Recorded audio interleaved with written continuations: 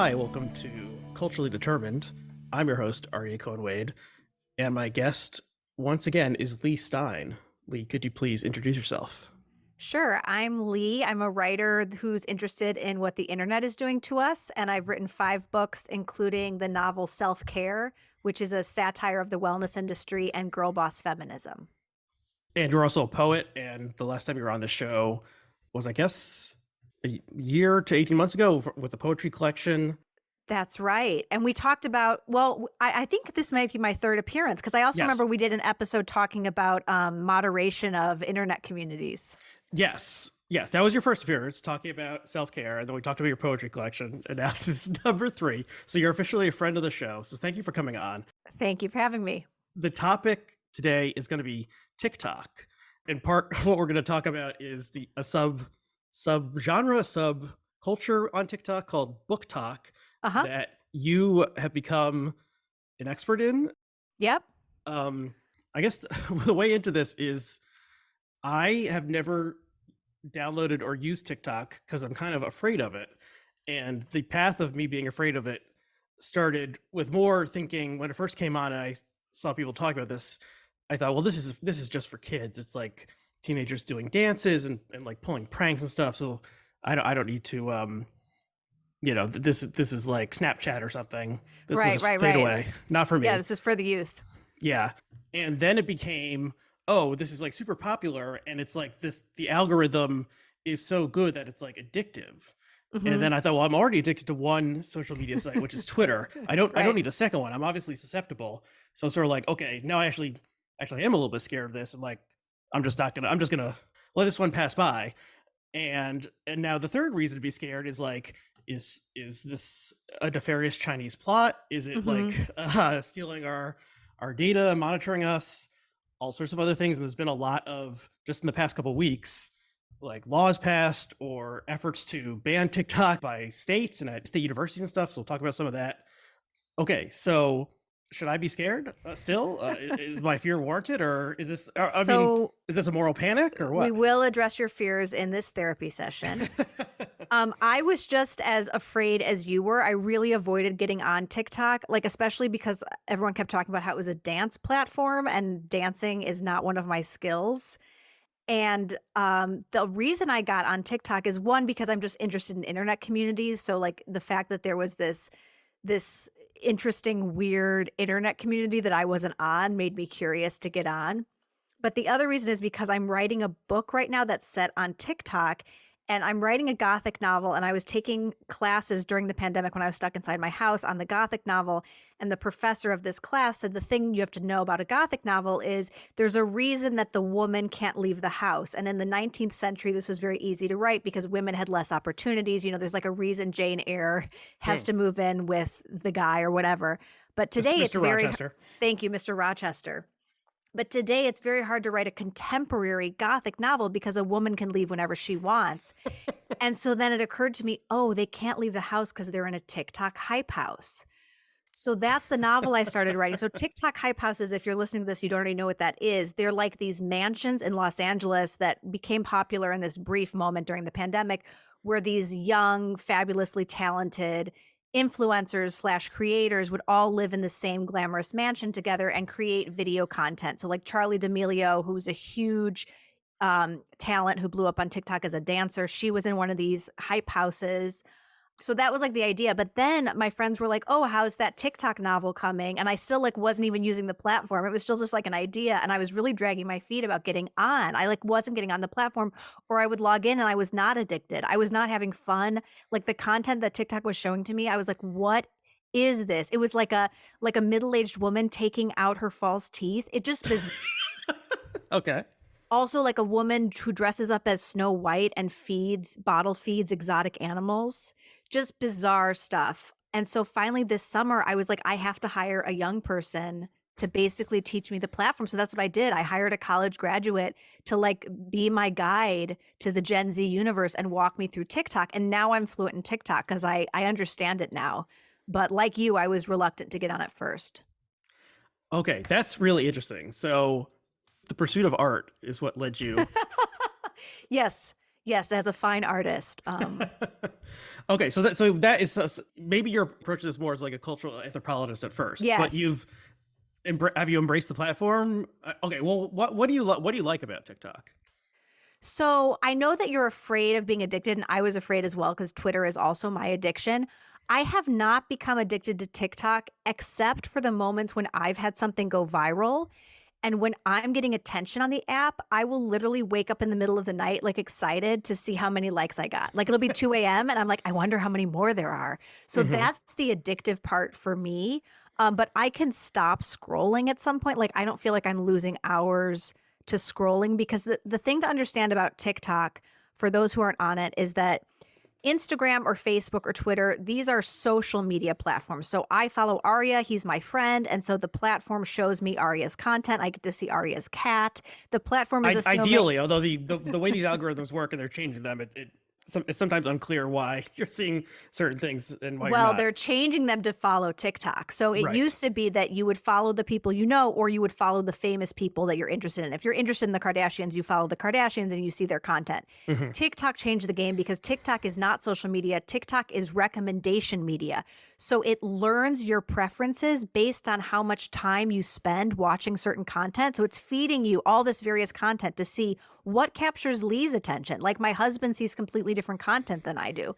And then the algorithm feeds you similar content. So if you want to watch dancing videos, it'll show you more dancing videos, but that's not what I watch. So that's not what it feeds me. So even if I'm following Aryeh on TikTok, he's not on TikTok, but if I were, if you're posting cat videos, but it doesn't think that I like cat videos, I would never see your content. Okay.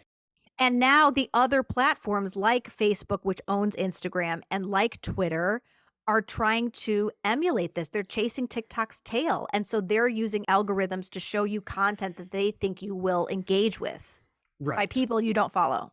Right. Okay. So it seems like, and please, anything I'm getting wrong, as I said, I've never actually used the app. Please just jump in and correct me. Seems like the algorithm is sort of the secret sauce Yes. of TikTok in a way that, the other social media platforms sort of were trying to do something like this. Then somehow the Chinese like computer programming geniuses like figured this out. And so the way people talk about it is, you indicate some preferences, like you like a certain kind of video, and then suddenly you're being served stuff that's like, oh wow, this seems like magically just for me. And that's like the rabbit hole addictive aspect for at least some people, is like, they're getting mainlined exactly what they want. Whereas on Instagram, Facebook, and Twitter, it's a mix. And like they, at various times, they've tried to, Twitter has long had both a chronological and a algorithmic feed. Hmm. And, so you would see viral posts even if no one you were following retweeted it. And I think Instagram is trying this too. And I mean, they also want to do it to serve ads, and so they're trying to get. It seems like mainly what they want to do is show you ads that they think for products and services you want to purchase. Um, Yeah. So two points I would make quickly. One is that TikTok is not really competing with Instagram. TikTok is competing with Netflix or HBO. It's almost like when I open the TikTok app, it's like a personalized HBO just for me. It's like 3 minute or less video pieces of video content for exactly who I am and what my preferences are. And then the other thing to understand about advertising is TikTok is competing for your attention. And if I see a video and within 5 seconds, I'm like, not interested in that, I swipe. So for advertising to work on a platform like that, it has to be so engaging. It has to be like an original film. Like the ads that do well on TikTok, I watched one that was like 3 minutes long of this woman talking about rating all the men she had dated in the Bay Area by comparing them to tech companies. It was like a hilarious comedy routine. And then at the end of 3 minutes, she's like, here's a code to use off 20% off a vibrator. You're like, what the fuck did I just watch? It like blew my mind because you thought you're watching this like comedy routine about her dating life and it was an ad. So that's the bar now for like video advertising on the internet. TikTok is setting that bar really high. okay, that's very. I don't think I heard anyone say that really this is more a competitor to Netflix than to Instagram. That's interesting. Um, okay, and then I've seen people saying like, and when see people saying, I the only social network I'm really using actively at this point is Twitter, and that we may talk a little bit about how that seems to be dying, or the only things that go viral on there are things that have already gone viral on TikTok. Um, but I've seen people say things like, the algorithm thinks that I like want to cheat on my husband. It's showing me a lot of videos about like women like saying like this is how you cheat on your husband or something like that. Like in a creepy way, the algorithm has divined something about the person that may or may not, you know, be peering into their soul, or maybe is just totally wrong. Yeah, I've delved a little into like tarot and psychic TikTok because it's for my novel research, and they follow this very similar formula, which is that at the beginning of the video, so on TikTok you have something called a for you page. So that means I click that if I want to see what the algorithm will show me. There's also a section where I can look at the people I follow, but the for you page is just showing me seemingly random content based on my preferences. So in terms of tarot and psychic TikTok, I'll be on my For You page and I'll see this text that'll say, if you're seeing this, this message is for you. So you're like, oh, what's the message? So then you continue watching and it says something like, it always says something that everyone would want to hear. So it says something like, your crush is thinking about you. Or Okay. it's like, there's someone in heaven who misses you. Oh And I God. find this part of TikTok like so poignant because the users of TikTok are mostly Gen Z. They're mostly under half of TikTok's audience is younger than 25 years old. And so when I click on the comments of some of these videos, they're like, "Grandma, I miss you." Like they're so young, they haven't lost their parents, they've only lost grandparents. I find this very poignant. Um, Okay, but this I is a would. Okay, that was the point. It was not the word that was coming to mind when you described this. I was saying creepy or disturbing, but okay, but No, but it's all these young people that are like are finding are seeing destiny in these videos. Like they see these videos and they're like, "Oh my God, like the algorithm knew that I wanted to see this message from someone and now the algorithm has delivered it to me." It is creepy, but I find it fascinating. okay. I mean, that's interesting. And like when we were kids, like we used Ouija boards or something Yes, to yes, yes. communicate with the other realms, and even before TikTok was popular, astrology and tarot and other things were gaining popularity in the culture. But yeah, but well, I would be creeped out by the idea that thinking that the algorithm was bringing me a message from a dead relative or something like that. I don't, since I I know that's not true, so that seems like the platform manipulating me in a creepy way. But okay, so one, and it's very hacky to like recall your own tweets, but I remember I did a tweet a year or so ago that was like, something that seems bad about TikTok is it's encouraging young people to make little skits. And like a lot of Why TikTok is seems like, that bad to encourage young people to well, make I don't, skits? I mean, Did you make skits as a young person? Were you a theater kid ever? no, I wasn't a theater kid. You would have like Spanish, like middle school Spanish assignments where you would end up Yeah, like yeah, making yeah. a video or something. But like it's all these things were in the culture already. Like TikTok is sort of a hypercharged version of YouTube, and it has elements of what was that Vine, that Hmm. 6 second video thing that Twitter bought and then shut down. But encouraging young people especially, to think like, you can be a star if you make little skits or pranks, or you look really hot and you're doing a sexy dance or whatever. I like, maybe I'm just showing my years, but like this doesn't seem like a good thing necessarily. And TikTok did not invent this sort of thing. Like people have been trying to become influencers since social media has been around. But well, how does that I strike you? mean, it's just it's a video platform that allows you to do things that you're doing elsewhere. Like in the same way YouTube, I mean, it's like people are making music and people are dancing and people are taking classes at Second City. And TikTok is just giving them a platform to share that with an audience. Like the power of the algorithm of TikTok is just during the pandemic when everyone went inside, it was like, well, how are we going to spend the time when we're inside? And some people like me, I wrote a book of poems, but some people went on TikTok and started making these skits and growing huge followings that they then leveraged into brand deals and all that. I mean, I think what's happening in the economy right now is really going to affect the level of like the ad spend on influencers that boomed a couple years ago. So I do think that's going to go down. Like that isn't sustainable. And I'm also Mhm. seeing a lot of conversation on TikTok about like creators and influencers being like, yeah, I decided to just like go get a job. Like it's just like it's hard. It's hard if your income's really variable. Like maybe you had a few really like banging months during the pandemic, but to sustain that 12 months a year is hard. Yeah, and I mean, and I don't want to be falling into like the moral panic mode of whenever there's some new technology or anything, people are like, "Oh, this is corrupting the youth," like that. That's Right.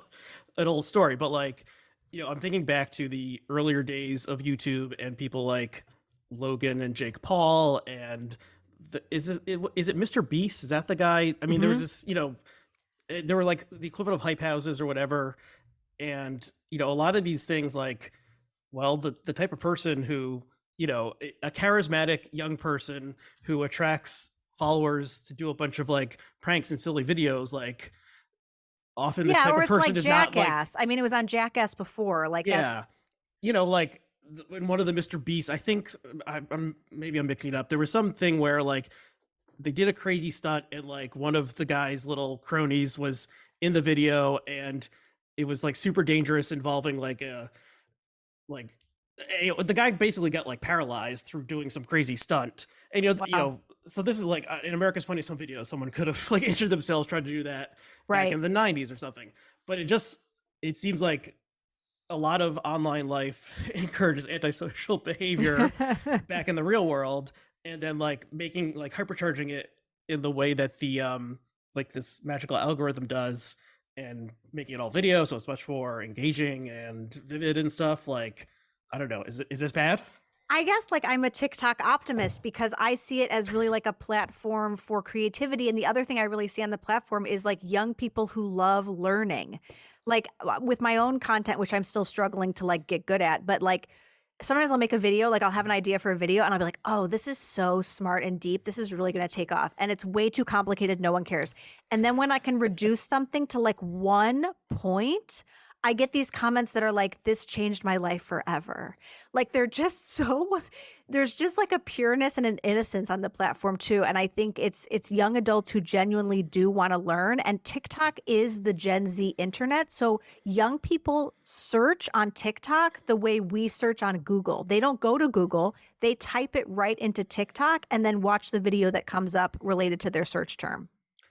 Okay, well, that provides a transition into this concern that maybe is part moral panic, part xenophobia, but maybe has some basis about the fact that this company originated in China, Hmm. and there's both privacy concerns and also sort of like, I I should have rewatched this video before this conversation, but 60 Minutes did a story on TikTok within the past 6 months, and they said a clip that I saw on Twitter said something like, you know, because of Chinese state law, if you're under like either 16 or 18, the version of TikTok that is in China, like you only get videos about like science topics and like Mm, nature and like videos about pandas.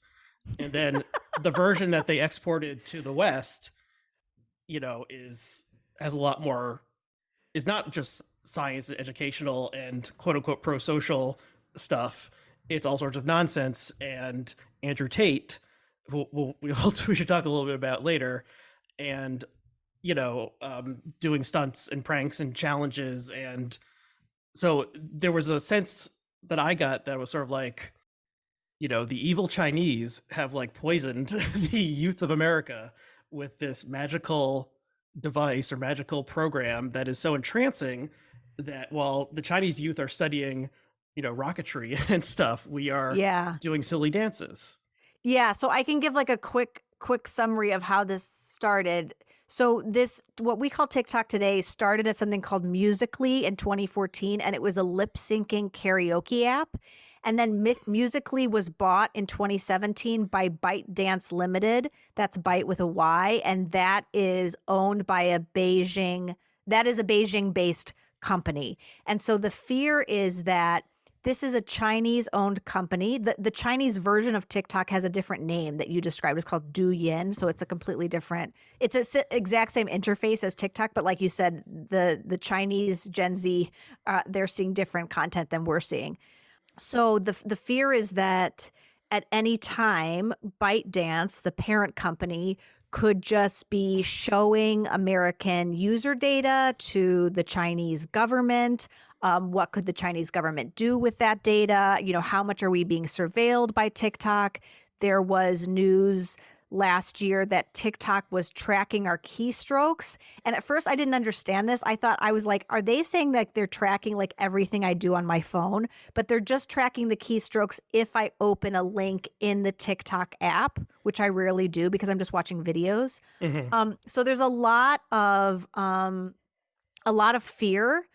I would say like Cold War era fear about our enemy, China, and Mhm. how it could win over hearts and minds of Americans. Senator Ted Cruz called TikTok a Trojan horse the Chinese Communist Party can use to influence what Americans see, hear, and ultimately think. And so now there have been bans in 20 states on public employees from using TikTok on their phones. Now, that seems reasonable to me. Like I live in Connecticut. Would I want like Senator Chris Murphy to like have an AOL email address? Like that doesn't seem safe. Like I would expect that government officials, government employees would have certain safety precautions like on their phones that I don't have on my phone. So that makes sense to me. But then this is reaching now to like college campuses like Auburn University in Alabama. Is that right? Yes. Yeah. So this is a piece that just ran in the Times this past week, and I'll include a link in the show notes. Auburn, Auburn, if I'm pronouncing that right. Auburn banned TikTok, and students can't stop talking about it. And so certain state universities have cut off access to TikTok on their Wi-Fi networks, which I guess if you're a college student, you use all the time. And then it's about how do the students get around this? Well, mostly they just turn off Wi-Fi and go on, use their data plan to access TikTok. Yeah, this And seems to me like the evergreen story of my whole life, which is that like the adults try to enforce something and the young people actually know more about the technology than the adults do. right. And they just find a workaround. Like I remember when I was like 12 or 13, we got the AOL CD-ROM in the mail, and like I set up the master account for my household because of course my parents wouldn't know how to do it. Like I did it, like I had the master account and the master permissions. So there is something just like frustrating to me about, old people like trying to legislate the thing that all the young people like and they don't quite understand it, which is also confusing to me because it's like the internet has been around for most of my life. I mean, popular, it's been around longer, but like we've been like Gen Xers and boomers, like they've had the internet for decades. And like with every platform, it's like we're starting over from scratch. Right. And that's why I'm leery of falling into some moral panic of just being like, well, I'm old and I don't understand what the kids are up to these days, and so I want them I don't want them to be having any fun. So I don't want to be like that. But it's like there's various creepy aspects of this, and there's the China angle, and okay, it seems possible. Like the Chinese Communist Party, the rulers of China, seem like they would very happily, access the phones of U.S. senators and representatives or civil servants or whatever. And I'm sure America would do the same to Chinese civil servants and so Mm, forth. So mhm. that's one thing. And then there was a story about some American journalists who were reporting about TikTok, and it turned out that like people at TikTok Central were like monitoring their location and stuff like that. Yeah. And So in August 2020, Donald Trump signed this executive order that was like, ByteDance, you have to sell TikTok to an American company or else like you're donezo. Then there was all this litigation by TikTok to try to block that. Then Biden's in office. Biden signs an executive order reversing Trump's, but says like, as the American government, like we're going to investigate this some more. TikTok, like in their formal, what's the word I should use? Like in their formal presentations to our government, TikTok is always saying like, we don't see the data, like there's nothing to worry about. Then in June of 2022, there's this expose in BuzzFeed by Emily Baker White that says leaked audio from ByteDance employees told us that they can access the data of American users. So basically, they lied. They lied to the U.S. government. One Beijing engineer said that or one apparently allegedly there's one engineer in Beijing who has access to quote unquote everything. So that is something to worry about. TikTok is like spending like millions of bajillions of dollars on lobbying efforts and trying to set up this kind of like third party like data storage center, I think in Texas, called Oracle, that would like sequester the American data to kind of please the American government by saying like this data is safe, it's not going to China. Now the question is like, can we trust anything they say? Right. So yeah, so that's, I mean, that is concerning in some respects. But I mean, you know, a rogue employee at Google conceivably could do the same thing. Now, I think maybe Google has better internal infrastructure because they're an American company. And if, you know, if it turned out that rogue employees at Google were like monitoring people's locations and stuff who were criticizing Google, if this got leaked, then those people would like go to jail. Whereas we can't send Chinese nationals in China to jail. That's true. So there's that.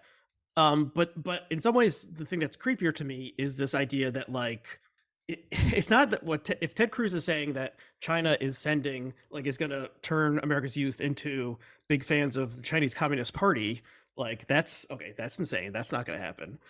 But that's the part that's actually really funny and interesting for me to think about, because there's a lot of there's just a lot of quotes out there about these vague threats about what the Chinese Communist like party could do to us. Like if they, how do they weaponize the algorithm? Like what could they do to us? And I keep imagining like what content are they going to put out there? Because the whole thing with TikTok is this idea of authenticity, and Gen Z prizes authenticity in a way that I think millennials prize like professionalism. Like on Instagram, millennials are always like looking posed and staged and like wearing their Rent Their One Way blazer to be girl boss, you know? But on TikTok, it's like you have acne and like you're, you know, you haven't taken a shower today and you're talking about like the identity of Elena Ferrante. It's just, it's totally weird. okay. So if they prize authenticity, like what kind of content is going to get by their radar that's going to turn them into little, you know, pro-China communists? Yeah. Oh, so okay. That's authentic. So I think we can dismiss this idea of, you know, so some sort of, what is that movie with Angela Lansbury, Manchurian Candidate, or some sort of like brainwashing type thing of there'll be secret agents or Yeah, that's the part that's hardest for me to imagine. That seems insane. Okay, let's put that to the side.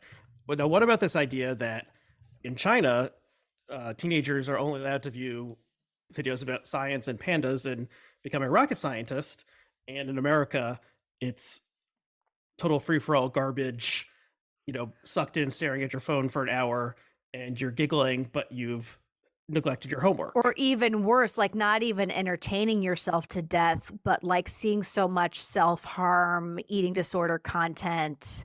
Yeah, all the negative things that killing we've learned, young people. Yeah. like can happen online, and now it's hypercharged through the Right. algorithm.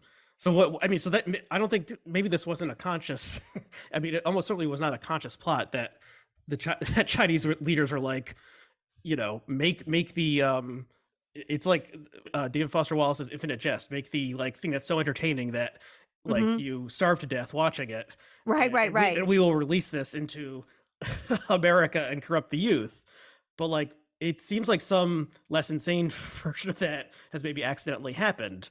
And because China's a dictatorship and doesn't have freedom of speech, they can say, you know, they can remove any video in general or jail anyone who's saying something against the regime, but also they can say, you know, if you're 14 years old, you can only watch nature and science and educational videos. Right. Because they know like how effective this really is. Well, that's the darker and more realistic scenario, I think, that it would just lead to the decline in the mental health of American young adults.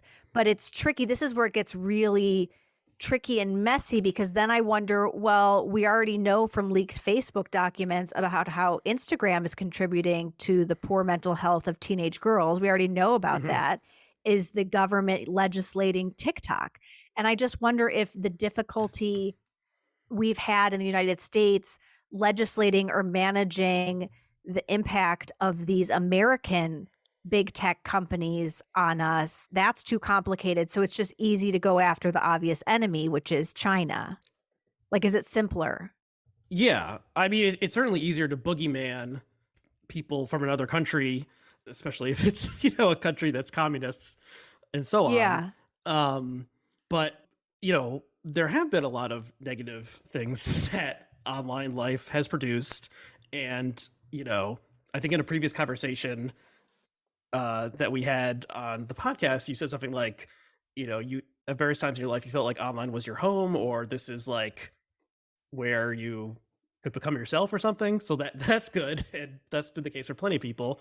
But there's been obviously a lot of shitty stuff that the internet and social media have created, like the QAnon conspiracy and Donald Trump's presidency Hmm. and anti-vax conspiracism and rising anti-Semitism and all sorts of other things that either wouldn't have. I mean, I don't think QAnon would have possibly existed without the internet.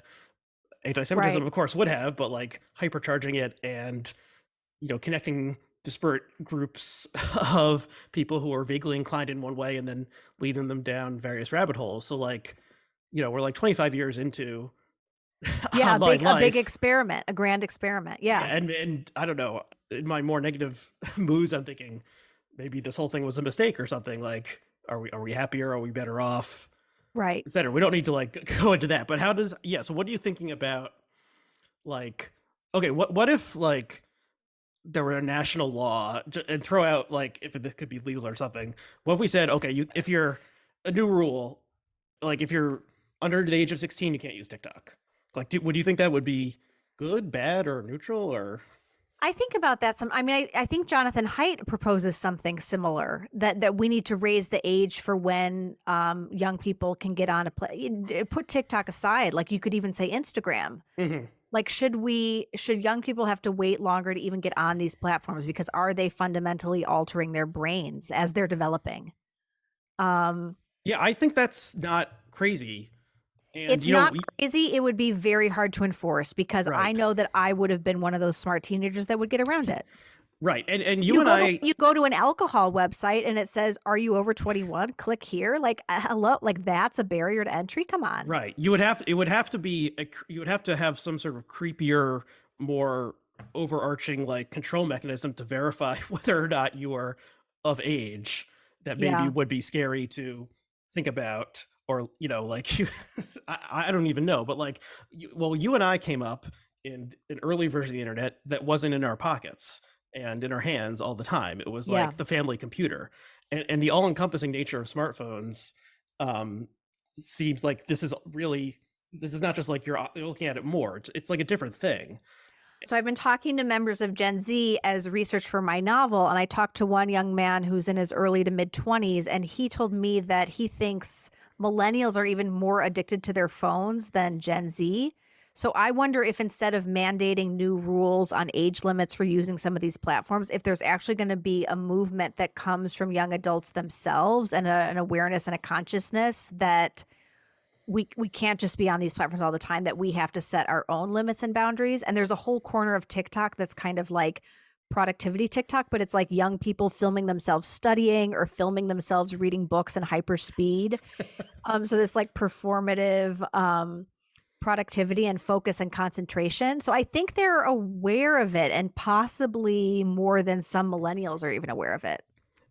Okay, that's interesting. I mean, I don't think there could be some sort of like legislative change that gets us off our phones. It would have to be a social change Hmm. and some sort of cultural change, like I mean, like the temperance movement or something, Right. which resulted in a constitutional amendment, but then it turned out that was bad. But like, there's still, I don't know. There's this great history called Last Call by Daniel Okrent of prohibition. I think Hmm. actually it's been turned into a Ken Burns documentary that is, or at least on the same subject. Anyway, it talks about the origins of the temperance movement, and they had a lot of legitimate grievances, and a lot of it was Mm. the man would spend all of his earnings on liquor, and he would come home and beat his wife and beat his Yeah. kids. And so that's why a lot of the early temperance movement leaders were women, because it was like this demon substance is like ruining our lives. So they had legitimate. Yeah, it was almost like a early movement against domestic violence. For sure. Yeah, that was a huge aspect of it. And like domestic violence wasn't really understood as like its own freestanding problem. It was like, the husband gets drunk and then he's bad. Yeah. But yes, I do wonder if maybe there's like it would take some sort of cultural shift like that of understanding that like, there would need to be like some sort of movement like AA for online addiction or something. But like we're all, it's not like everyone is drinking, like has a flask in their pocket all the time and is sipping from it every few minutes. But like that's what we're doing with our phones. Yeah. So it would require some sort of huge change. And like we didn't as a society agree at any point that like this is what we want to do. Like it all just sort of happened and we went along with it and participated in it. But we never like stepped back and said, well, is it good that you had this like device in your pocket at all times that connects you to everything and sends you little messages and updates and little bings and bongs? Like maybe this is bad. While we're on the note of addiction, like the way I see TikTok, like again, I think it's more like I'm gonna binge watch like 6 episodes of The Sopranos tonight. Like it's more like that because you're just Okay. watching one thing after another. My Twitter addiction is different because my Twitter addiction is like my FOMO, like I don't want to miss out on the drama. So I'm like, who's like what went down? Like who was the main character of Twitter today? Like I want to know. Like I feel like I want to know what everyone's talking about. But Mhm. as people leave Twitter, I mean, this is another conversation about what's happening on Twitter, but it's like as people leave Twitter and like it's just like, you, me, and Kat Rosenfield like standing, you know what I mean? Like, Uh-huh. there's just less. I'm not currently as addicted to Twitter because there's just less going on. Oh It's yeah, not it's not so much of a dying. water cooler. It's dying. Yeah, for sure. And maybe, the optimistic scenario would be we discover talking to our loved ones and and going on nature walks and stuff, but probably Or that's go on TikTok. yeah, probably it's more like we're going to go on TikTok. Okay. Well, let's talk about this guy Andrew Tate, who I had never heard of before 3 or 4 months ago, and I just started seeing things about him.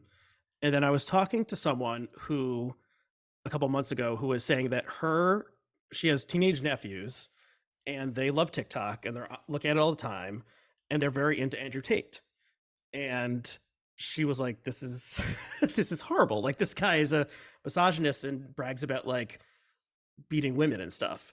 And then Hmm. somehow he blew up like a month or so ago and he like challenged Greta Thunberg, the climate activist, and then she showed him up and then like 48 hours later he was arrested by Romanian authorities for human trafficking. So this guy seems like a total like a criminal, horrible human being, and he somehow like gamed the algorithm on Hmm. TikTok to like become super famous and have thousands, tens of thousands, hundreds of thousands of young men like promoting his content, and they're getting cryptocurrency in reward or something. So like this, so obviously this is all bad, and this guy is like maybe the most famous like product of Charlie D'Amelio and Andrew Tate are like the two most famous products of TikTok at this point. Well, what do you think of this whole insane Oh my story? God. I mean, it surprised you to know that I like was not following Andrew Tate. Like that's not the content that I look at. I don't know much about this story to weigh in, but I mean, this just seems like a problem in general that young men are looking for something. Hmm. Young men are looking for someone to follow, some script to follow, some message to follow, and the people that are filling that void are often unsavory characters, I think. I mean, Right. it's the look at the Jordan Peterson effect, like the number of young men that would show up to his events. This was before the pandemic, but like he was Oh, filling a yeah, void for for sure. an audience. There's an audience for meaning. Young men are looking for meaning and purpose, and who's filling in to tell them what that is? Right. But I mean, Jordan Peterson compared to Andrew Tate looks like Jesus, yeah, like the most upstand. I mean, this guy Andrew Tate seems like a one total of the worst degenerate. people Yeah. on planet Earth, and like Jordan Peterson has his own raft of problems, but he wasn't like running a human trafficking ring, Right, you right, know. right. And so there was an article in the Guardian, I think, that came out last year and got recirculated once Tate got arrested, and I mean, it seems like Tate was manipulating the platform in various ways. And he was like, he was never actually on it, or maybe he got kicked off, but like videos that he had put on other sites were being uploaded to TikTok by his fans. And he had some like Entertain University or Hustler University or something. And Mm. like the kids who are, I assume, mostly like teenage boys would get rewards if their Entertain content went viral. So it's like, a like street team for like a brand or something. Oh, But that's it's interesting. all this like misogynistic stuff and stuff about like, if my girlfriend cheated on me, I would choke her out, and just like this horrible stuff. So Well, one thing I can say about how the TikTok algorithm works is one way to game the system is if you create videos that emulate popular videos. So you find the video that went viral and then you can literally imitate it like down to the word. So you take the same trending audio that's on the video, you mhm. recreate it with your own face, the same words overlay. You literally try to recreate that video from your own phone. And the algorithm recognizes it like the other video that went viral and it shows it to that same audience, and that's how you can quickly gain a following, is just by ripping off and imitating other popular content. Right. And it sounds like he figured that out. Yeah, and possibly, I mean, like if he was paying people to like promote his content, probably that was violating the rules. So then we get into the whole content moderation question, which we talked about Mhm. at a previous time, and this is like still a roiling like debate. And Elon Musk seems to have spent $44 billion on Twitter primarily because he didn't agree with its content moderation policies. Um, That's a trademarked Aryeh take. yeah, I mean, really, it seems like the Yeah. fact that they kicked off the Babylon Bee for making like a transphobic joke was like the key event in causing Musk to That was the spend. bee in his bonnet. Exactly, and like ruin his, he's lost like hundreds of billions of dollars in Tesla funds anyway. Like, what is, you need some form of moderation on any online platform, or it gets like overrun by like child pornography and Nazi stuff. So you need some level of it. So it must be happening to some extent. So what's interesting is that I find the content moderation on TikTok to be extremely strict. So I said a few minutes ago that Gen Z uses it the way we use Google. They use it like a search engine. So all videos have captions, like closed captioning, and all that text in the closed captioning becomes like metadata. It's like they're trying to build their own Google. But their content moderation system is so strict that certain words are automatically banned. If you use certain words, your video cannot go up, like suicide. So people find ways around this using what's known as algorithm speak. So Uh-huh. instead of she killed herself, they would say she unalived herself. And I Okay. learned this myself the hard way. So I wrote this novel, Self Care, about the wellness industry. One of the very first videos I made was about something related to the wellness industry. And in the video, I said something about disordered eating. Obviously, I was not recommending disordered eating. I was like trying to comment on disordered eating. And no one liked this video. And I felt so embarrassed. And I was like, oh my God, is it that bad of a video? And then I realized it was never posted because it was immediately flagged because of the phrase disordered eating. That's interesting. So you have to wonder how Andrew Tate got around all this stuff. And then Yes. if this company was founded in China, which I assume in China you can't post a video about like the anniversary of Tiananmen Square on anywhere, and so it has to be like they have to have pretty good content moderation to filter out the Well, stuff like that you the said, it's just like panda videos. I don't think it's anything. I don't think Douyin is anything like our TikTok. right. So the technology must exist, and yeah, if you're saying it'll use like instead of the word gun, it'll have like the gun emoji or something, or Yeah, another algo speak word is like for sex, it's seggs. segs. Segs. Yes. Okay.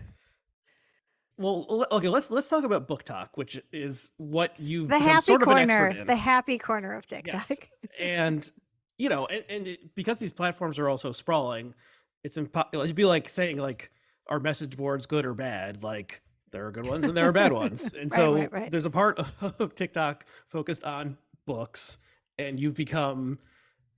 Well, how would you describe your relationship to it, and what do you like about this community?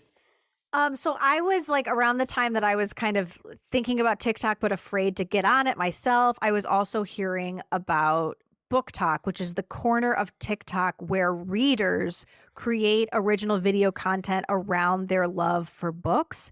And it's creating explosive sales for the book publishing industry. It's the most powerful word of mouth engine the book publishing industry has ever seen. More powerful than YouTube, more powerful than Instagram.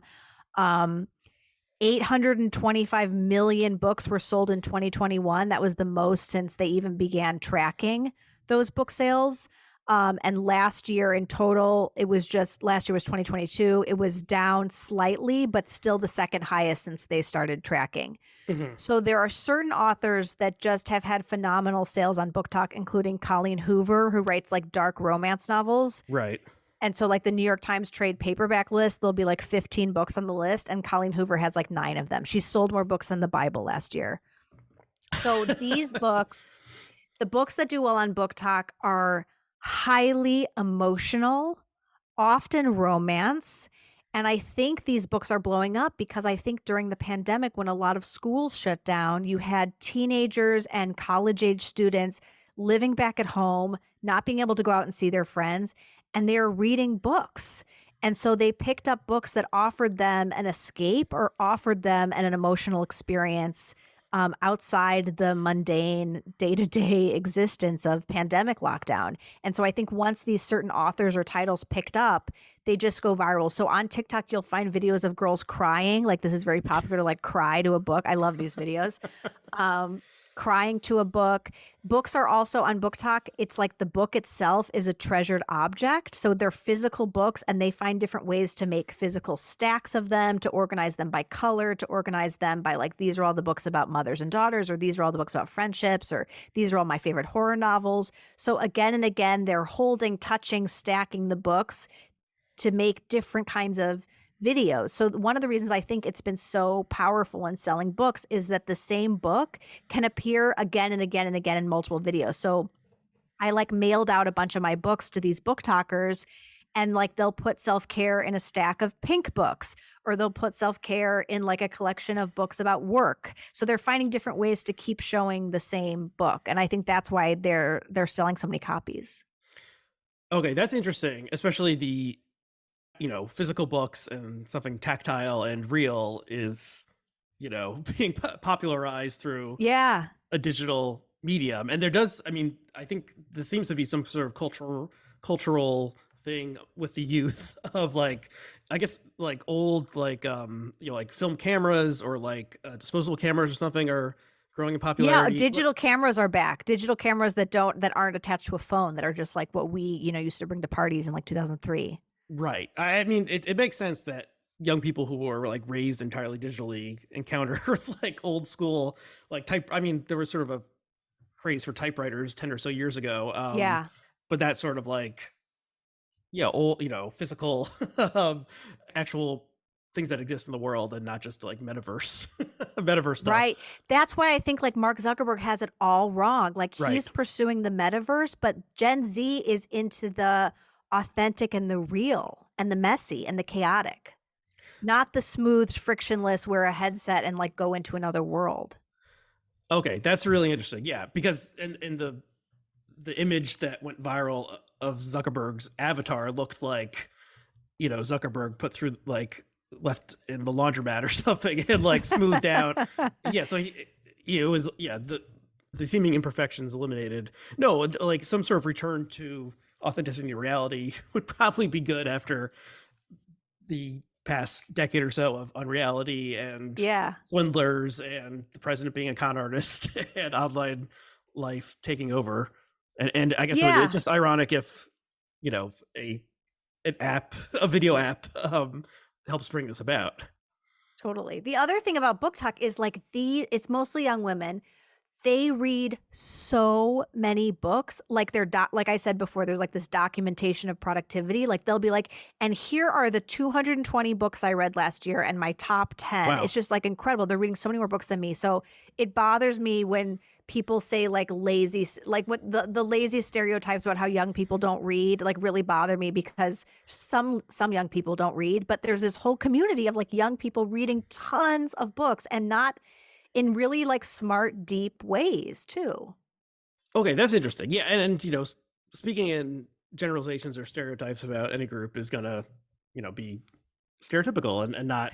And yeah, if there's a billion people using this app, then there's all sorts of weird corners and people are doing all sorts of things. I mean, you know, the counterpoint would be, I don't know, it would be like, but I mean, this stuff was happening on Tumblr 10 years ago of someone watching, you know, watching like Back to the Future and being like, I think this is problematic, you know, or like that sort of nonsense. We're sort of, the culture's sort of over that, but it seems like, you know, young people are always discovering, you know, discovering previous things, and I don't even know. Yeah, that they've discovered the old objects of books. I mean, I think they're making reading cool. Like there's this whole thing, it's just like hot girls read. Like they make reading look cool. And I think that's good. Like I don't think that's cheesy or stupid. Like I think it's good if young people think reading books is cool. Okay, I endorse that as well. Reading books is definitely better than looking at Twitter, and many other things you could do, just pass the time. Okay, so you're also participating as, I mean, would you call yourself a geriatric millennial? Because that's what I call myself. Yes. Or an elder millennial, yeah.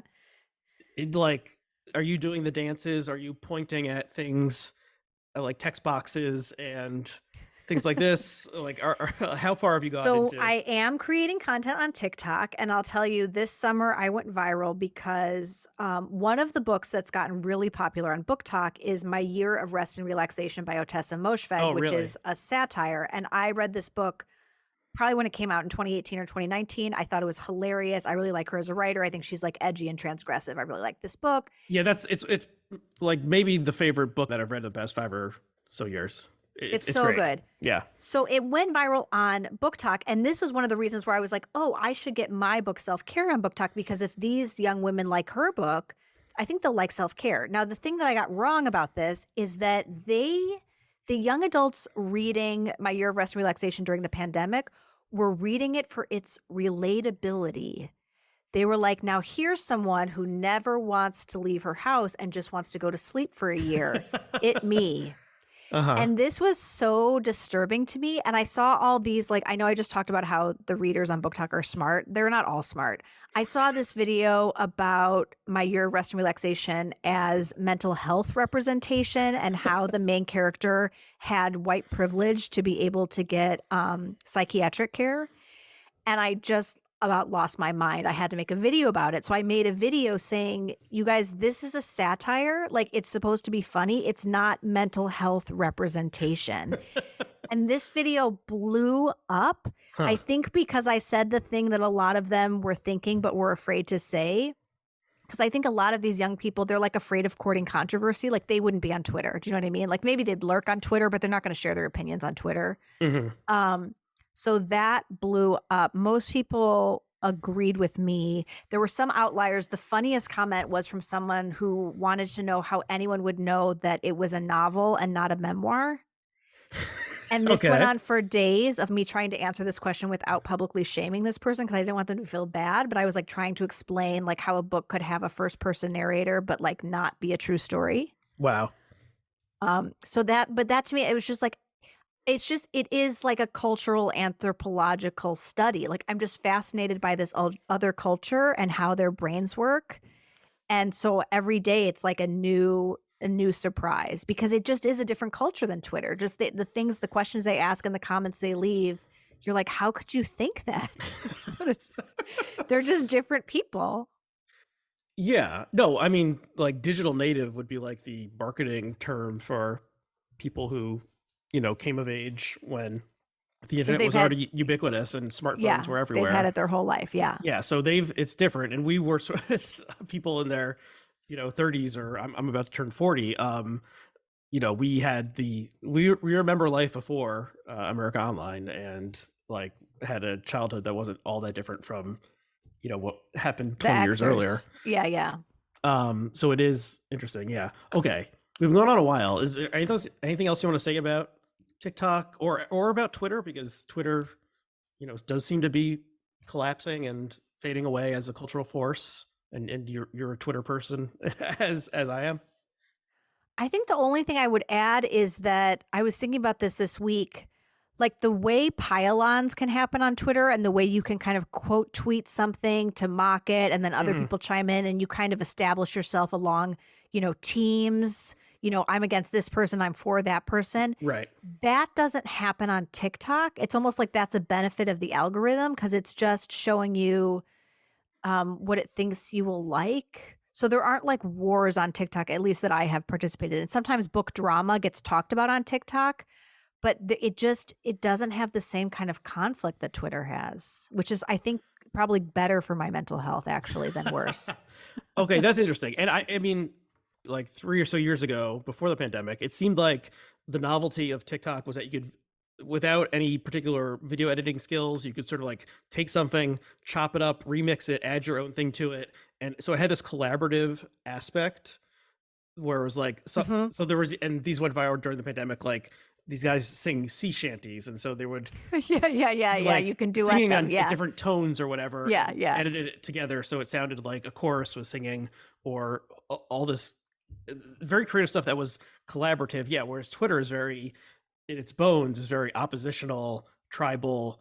Us Yes. for pick a side and then you're at war against the other side. I joke that Twitter is like the state of nature, from Hobbes, and that because so you had to pick a tribe, because if you didn't, you would be destroyed, and that's Mhm. why it's so like everything is us versus them, and it's not just politics; it's every possible category. The Marvel fans versus the DC fans, because it's like a war of all against all. And that was the Twitter Yeah. ethos. So if we're moving away from that, that's good because for society and the discourse and such.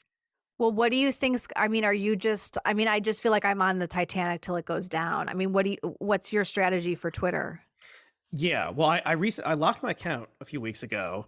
Um, I've somewhat noticed a out, lot of people locking their accounts. yeah, somewhat out of as a way to. There's something about the algorithm where if you are locked, so you can't go viral. Mhm. And this is real insider inside baseball stuff. As soon as I don't know if you ever locked, but as soon as you lock, you start seeing likes from people you haven't seen in a while, because the algorithm somehow must reward you, quote unquote, for not being able to go viral by showing your posts to people who would normally not see it. So a lot of like, Oh, see, I would guess that people are liking your locked tweets because then they know that no one will know they liked it. okay, that's interesting too, and and because they can't retweet, maybe they're more likely to like. But the couple times that I've locked, it really is like, oh yeah, I forgot about you. Like you used to be, I used to see your Avi once in a while. And it's like, oh yeah, you're still around. But like, I think the algorithm just wouldn't show your posts, and then locking somehow it does show them. So that's something. But yeah, I think I'm the quartet of the Titanic. Mhm. I've Oh, you're actually playing the song? "Nearer My God to Thee," that's you playing it as we go down? well, I'm at least, I don't know if I'm playing it. I was never a main character or anything, or a tribal leader, but I'm certainly making little jokes as we sink down. But Yeah. I mean, I've said this on a couple episodes I've done since Musk bought Twitter. I think it's good that he's destroying it. I think it's been bad for America and Mm. the human psyche. And Trump alone is enough to say it would be better if this thing never existed. But a lot of other stuff, a lot of other bad things came from this. And if Musk does either, it seems like it's not going to actually be destroyed, but it's like people just have moved on, it seems like. And I think that's Mhm. good. Like, this was a weird website that never really made sense why it was popular. It never like worked for any real purpose, but it had a lot of negative effects in the real world, including like Oh, but the the one QAnon thing conspiracy. the one thing we didn't talk about is how now Twitter has become just tweets about what's happening on TikTok. It's like the culture is now coming from TikTok, where it used to be like journalists would be like, what happened on Twitter today? Oh, I'll write a story about that. But now it's stories about what's happening on TikTok. Yes. I mean, I think that's right. It's probably good because most of the things that happened on Twitter were stupid. And I mean, probably they're just stupid in a different way on TikTok and involve like dancing more than they ever did on Twitter. But I must disabuse you of this notion that everyone is dancing on TikTok. It is not true. okay, but just I mean, it's obviously a visual medium as opposed to a written one primarily. Yeah. Mhm. So that's different, and yeah, and it was the way to the way to attract attention on Twitter was to say something crazy and get into lots of fights, Yeah. and that isn't Healthy. ultimately like a way to promote human flourishing in the long run, and it helped us get President Donald Trump, so that was bad. Yeah, so I mean, if it became more like what it was in like 2012 where it's just weirdos making little jokes, I'd be happy with that. And if it Yeah. disappears entirely, I would be happy with that too, and it would be like I'm released from my prison Yeah, cell I sort of know. thing. I know what you mean. Yeah. Yeah. Yeah, so that's what I'm thinking about Twitter right now. But I mean, it hasn't crashed, and there were people saying like, "Oh, it's going to crash," but that I hasn't remember that happened. too. The first week, everyone was like, it's going down. Right. So the Titanic is still bobbing along, but it's Like on its side. we're not rushing onwards towards the port of New York City anymore. It's just sort of like bobbing in Right. in the Atlantic. Yeah. Okay. Anything else you want to mention before we? Well, what is your handle on TikTok if people want to follow you? Oh, if they want to follow me, it's just my name at Leigh Stein. Okay. And okay, you haven't convinced me that I should download it, but I didn't know that was. I thought we were just talking about your fears. I didn't know that I needed well, to I make a didn't persuasive task you case. with trying to convince me, like, but Like, I'm oh, still. do you have a weird niche interest or hobby that you are willing to say out loud? Oh, yeah. I mean, I follow on Twitter a lot of like birding accounts, just photos of birds, because I like Oh, you're into birds. birds. Yes, so I'm sure if like I got into TikTok, There's it, probably bird talk. there must Yeah, be I'm bird sure. talk, of course, and I like looking at videos of of birds and photos of birds, so probably I'd fall down that. But then maybe it would also be like this thing of it diagnoses something about my personality, like, oh, I didn't know I wanted XYZ or something, and it would be like a process of self discovery. Yeah, so I don't know, but I don't see myself, despite the fact that I've hosted a podcast for like 8 years at this point. I'm not a performer, and I don't see myself ever making videos myself or and pointing at text floating there and stuff like that. No, I think most users are not creators. I Okay. think most people are there to just consume content and not post content. There's no reason that you would have to post anything to use the app. Right. I'm only being paid $500,000 to promote TikTok on this show.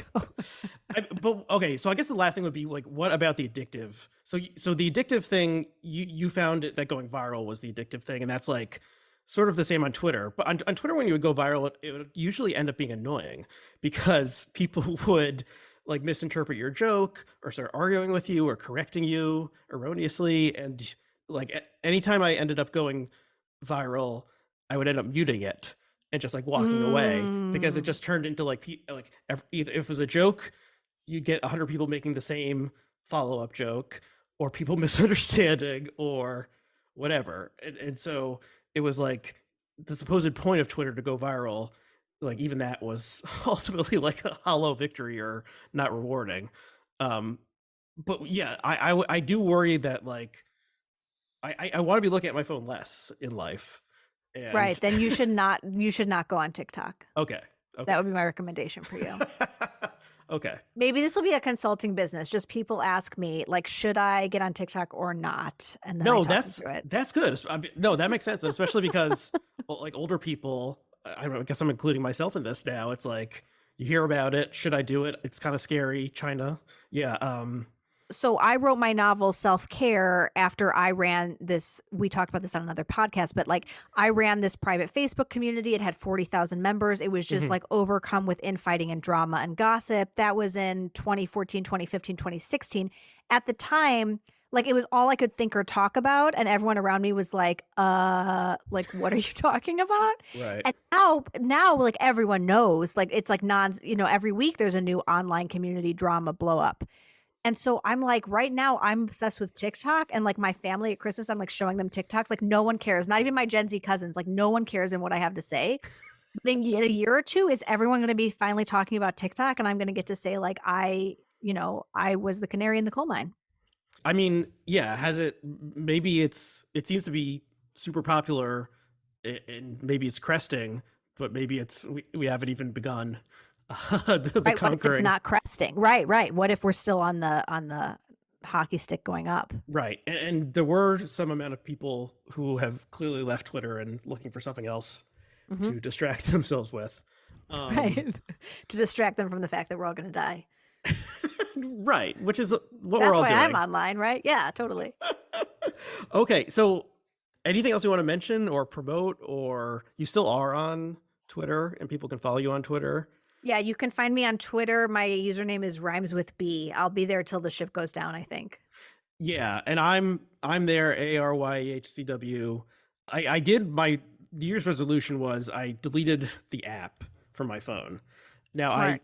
I still log in using the browser, but Oh my God. it's better because I'm not getting the alerts. And just like checking it, I realized that I was checking it for the alerts as just like Hmm. a tick, and that was Hmm. just wasted mental energy. I do that And too. It's so bad. It's like I turn off all notifications and then I just log in constantly to each app to see my notifications.